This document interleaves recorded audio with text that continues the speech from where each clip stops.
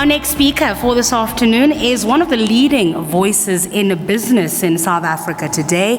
Ketso Gordhan has enjoyed a diverse career in both the public and private sector. Please welcome Ketso to the stage.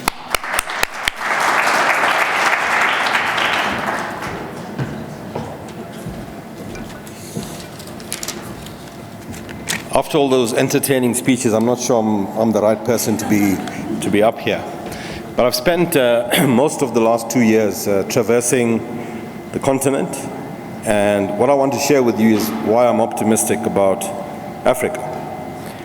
Now, many of you would have seen lots of one-line conclusions about how hopeless this continent is, and the post-colonial African experience from sort of mid-50s to the early 1990s has been written about in thousands of books, and all of them have been pretty negative.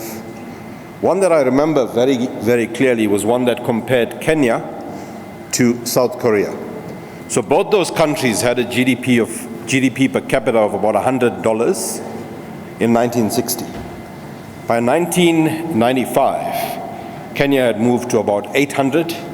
South Korea had moved to about $20,000. And the story was basically, saying, what a useless continent. Now, all of those books also included lots of advice on what to do to fix the continent. And what's happened over the last 10 to 15 years is that a lot of that advice has in fact been very quietly implemented. Now, those changes include, one, becoming more democratic. We have more than double the number of multi-party democracies in Africa today than we had 20 years ago. The second thing has basically been about market reforms. Many of the countries in sub-Saharan Africa have gone about quietly introducing an environment that's more friendly to business and investing and removing bad rules and regulations that make it difficult to do business. The third thing that has happened is more fixed investment, the thing Brian was talking about. In Africa, between 2000 and now, we've seen a 350% increase in fixed investment. And that's basically infrastructure. The fourth thing is we've seen the rise of at least a handful of leaders that we can say have been role models. Now, you might have criticisms about them like I do, but Museveni and Kagame and a whole bunch of others have in fact stood up and proved to be quite courageous leaders in their own little countries and have inspired others to take their lead and follow it. And this has basically created a situation where over the last couple of years on the continent, we've had an average 6 to 7% GDP growth rate. 7 of the 10 fastest growing economies in the world are in Africa. I'm going to say that one more time so that you get it absolutely right. 7 of the 10 fastest growing economies, obviously off a low base, are in Africa. So what we've seen is Africa coming right. And the thing that makes me optimistic is when I fully understand what the upside for the next 10 to 20 years is. Now, Nigeria overtook South Africa as one of the largest economies by GDP this year. And its total amount of electricity that it uses to generate this big economy is the same as the largest airport in Japan. Got that?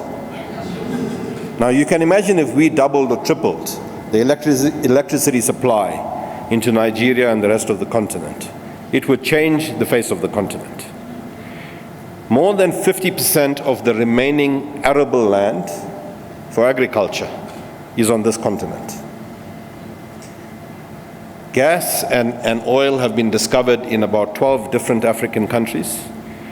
There are more mineral resources still under the ground than the total amount that we've exploited in Africa since the beginning. Okay?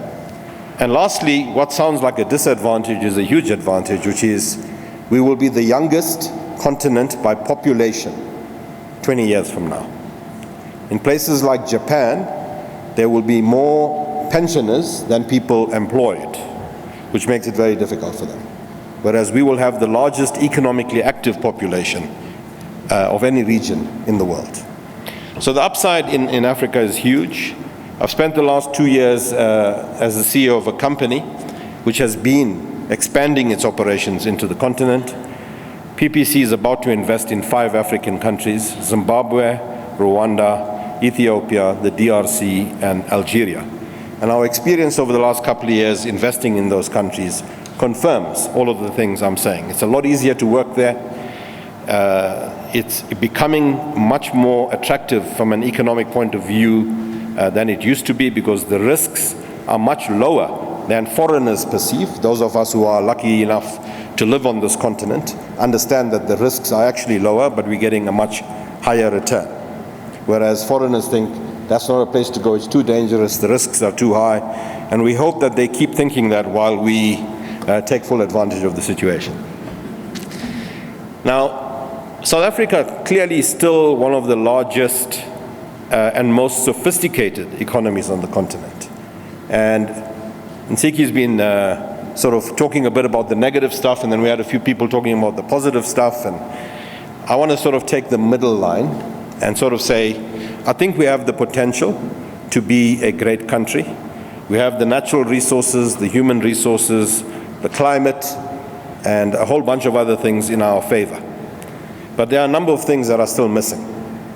And if we can resolve having a strong leadership with a clear vision, who understands how to get there, then that's certainly going to help.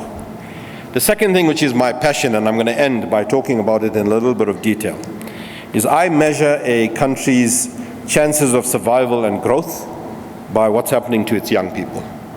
And by that I mean education. Now, in South Africa we have 1 million kids, roughly, who start a new grade, grade 1. By the time that group of people gets to matric, only 500,000 of them are writing matric. And then we know that roughly 70% of them pass. So if your maths is as good as mine, then that number is about 320,000 people who pass. And what's amazing is that that is exactly the pass rate for grade 3 literacy and numeracy. So 30% of people who write a test in literacy and numeracy in grade 3, 32% pass. So it's roughly the same 32% that make it into matric. So if you're following what I'm saying, unless we improve the grade 3 pass mark, our future is not looking that particularly bright. So if you want to measure success, and I'm going to be doing this over the next 20 years, is I'm going to be looking at the grade 3 results to see if we're heading in the right direction. Thank you very much.